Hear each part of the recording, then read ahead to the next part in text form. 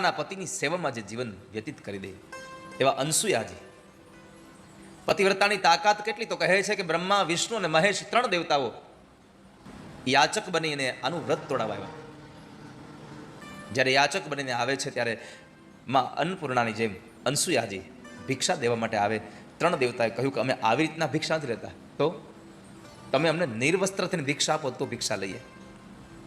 હવે અનસુયાજીએ વિચાર્યું કે હું નિર્વસ્ત્ર થઈશ તો મારો પતિવ્રતાનો નિયમ તૂટી જશે, અને નહીં થાવ તો મારો અભ્યાગત આવેલો પાછો જશે. શું કરું?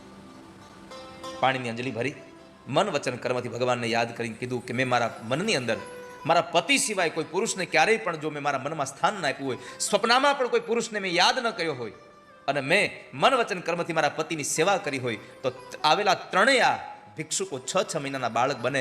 પાણી છાંટ્યું ને તો અનસુયાજીએ બ્રહ્મા, વિષ્ણુ ને મહેશ આ 3ને 6 મહિનાના બાળક બનાવી નાખ્યા. આટલી તાકાત પતિવ્રતા સ્ત્રીમાં છે. નારદે કહ્યું જે અસૂયા નથી એ અનસૂયા છે.